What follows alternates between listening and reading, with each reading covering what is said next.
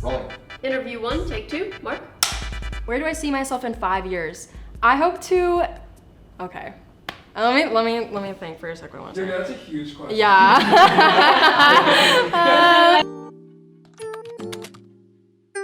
Hello everyone, welcome to my Q&A video. A couple weeks ago, y'all asked me questions on my Instagram story, and today I will be answering those for you. If you are unfamiliar with me, my name is Natalie Tran, and you may have seen some of my cringe videos on the internet, but everything you'll see in this video is my true personality. I will not be putting on the cringe persona. Some people still think I'm a little cringe, but I don't know. I guess you'll have to see. There are some people that think I'm 16 and other people think I'm 30, which is a little bit concerning, but I'm neither of those. I am 19. I am half Polish, half Vietnamese. Some people don't know I'm Asian. You can usually tell a little bit more when I have my natural hair. My hair's kind of wavy. I'm from Minneapolis, Minnesota, but I go to school in Austin, Texas. A lot of people think I'm short, which makes me mad because I'm not short. I'm 5'6", which is slightly above average. A lot of people ask me for a hair tutorial. My answer to that is literally water and scrunch. Also, shout out to Mark Anthony Curl Defining Lotion, my savior. Actually, before I was big on social media, I still got recognized because I do a lot of commercials and things like that, and I'll talk more about that later. But my first semester, whenever I went out, people recognized me from my social media, which was really interesting. But now, in my second semester, now that I started doing TikToks and stuff, I get recognized almost every day when I'm at school, multiple times a day, but no complaints, honestly, it's really fun. When I'm making my videos, I'm an actor, and I'll talk more about that later, but I'm used to doing all sorts of weird things, and to me, it's an act. Yes, there's some elements of my real personality in there, but when I'm making the videos, I'm like, this is just fun. But sometimes I will admit, I do look back at the videos I posted and I'm like, wow, I just put that out for the entire world to see. That is kind of embarrassing. So I've been on TikTok since Musical.ly, okay? I'm an OG. I go all the way back, 2015. Baby Ariel, Kristen Hancher, okay? But then it turned into TikTok, and I feel like when TikTok became a thing, it was just like so saturated with cringe. It was the furry versus gamer war, and I was so into it. I thought it was hilarious. I've always been interested in people with weird personalities and cringe content like that, and because I totally see myself in it.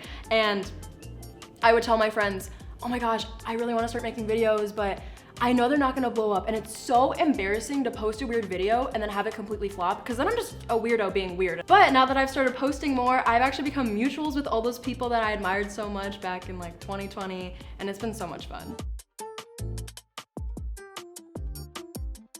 This is an interesting question because I've been posting for a really long time, and I had a few videos do well here and there, but I made my first cringe video, I'd say, December 2022.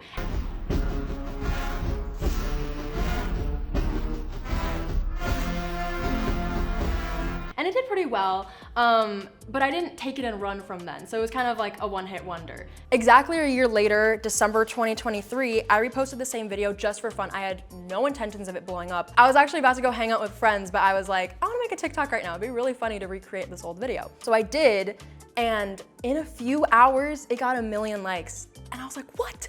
That's crazy. I had no idea. And after that, I just kind of kept doing the same thing. I made how I would do this having like traffic conducting experience, how I would do this having ASL experience. I just took it and ran. But my video that blew up the most was my POV you go on a Tinder date with the walking ick video. Hey, thanks for picking me up. Oh, hey. Gotta get ox. Yeah, sure. Do you like the song? That video got over 20 million views, and after that, I was like, wait, I can do this. A question I am swamped with all the time is, do you care about your digital footprint? What if your future employers see this? My answer is yes. I care about my digital footprint as much as anyone else does, but you guys are right. My future employers have seen my videos and they like it. I got signed with Project 15 for management, and I'm represented by Gersh Agency in LA and NYC now. Because of this, I've been getting so many opportunities that I'm very excited for. I'm about to fly out for a collab. I've been getting opportunities to audition for Netflix, Pixar, Hulu, etc. And I'm so thankful for this.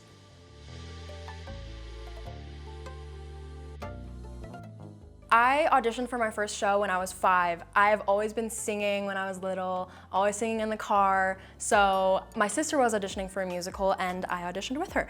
I ended up getting in and I had so much fun. I tell this story to anyone who asks me why I started acting. We were on the drive home and the show had just closed and I started crying and I was like, Mom, well I call her Mama, whatever. But I was like, Mama, please look for more opportunities for me. I was crying because I was so sad the show was over. So shout out to my mother because I would not be anywhere near the level I'm at if it weren't for her. Mwah.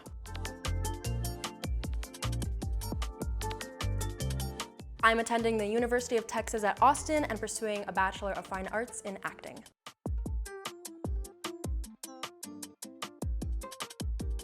Honestly, anything. I think my heart is in theater because that's where I started, but I'd be happy doing anything.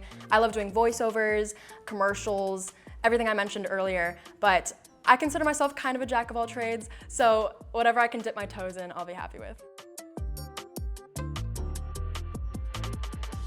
Well, other than making weird faces on the internet, obviously I mentioned before, I act, I also sing and dance, I play the ukulele, and I need to draw more. I rarely draw, but I really love doing it. Here's an example of one of my drawings. I think this was January 2023, so yeah, I like literally never draw. But when I do, I think I kind of cook. I'd say so. And then last but not least, obviously I hang out with my friends. You'll see them in my videos sometimes. I am gonna break hearts with this answer, but I do not. I'm very sorry. I did have an anime phase in 2020 and I watched My Hero Academia, which is why I know the things that I know. I know people call this stuff Junko posing. I just like to call it cosplay hands because I don't really know like proper Junko posing and I don't want to disrespect anyone.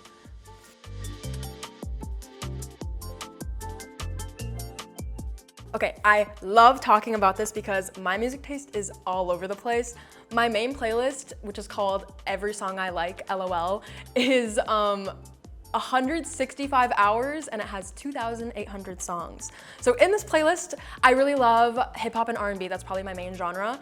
I love Kendrick Lamar, Steve Lacy, Mac Miller, Brett Faiyaz, and I know I've been roasting J. Cole relentlessly for Grippy, but I actually really love J. Cole, so don't get me wrong. I also really like alt rock. I listen to Radiohead, The Smiths, The Strokes. Let me look at my phone. What else do I have? Red Hot Chili Peppers and Arctic Monkeys, among many, many others.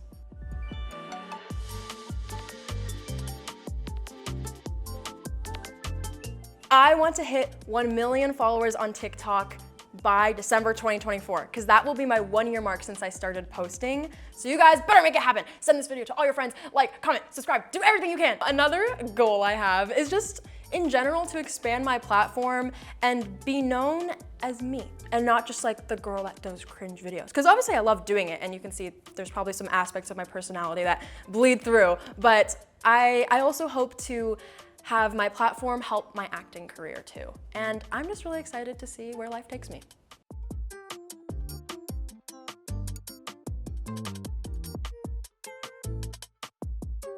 It's been crazy. I had no idea this was gonna happen. Like I said, I posted my first video and boom, it blew up. I had no idea, but I'm so thankful for everything that's happened and I'm really excited to see where it's gonna go. I remember when I was on Musical.ly in 2015, 2016, I'd be using hashtags like crown me, feature me, like bruh, I really thought I was gonna get famous at 11 years old, I don't know why.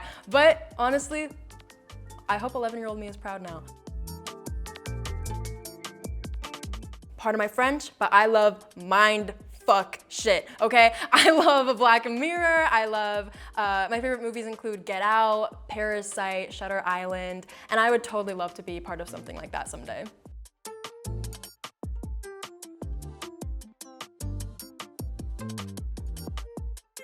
Well, I mentioned before that I started in theater, so that's kind of where my heart is, but I also want to talk about the differences between the two. On camera is obviously very nice because I've been making so many mistakes. I literally just made one, you probably saw the cut. And we've been able to go back, edit, everything like that. But I also like theater a lot because the fun in it is everything is live. So you never know what the audience is gonna do. You never know what's gonna happen on stage. So I actually have a funny story. Well, it's not really funny, it's kind of sad. I was in a show, it was the world premiere of Dr. Seuss's The Sneetches the Musical at the Children's Theater Company in Minneapolis, Minnesota. I was the lead, which is a pretty big deal, and I was super excited for it. But our last tech rehearsal, which was the night before our first preview, I tripped and fell, I broke my wrist, later learned it was my radius and ulna, actually wait, I think it was this wrist, and I had a swollen lip, I had a bruised knee, and I was like, really upset because I didn't think I was gonna be able to do the show.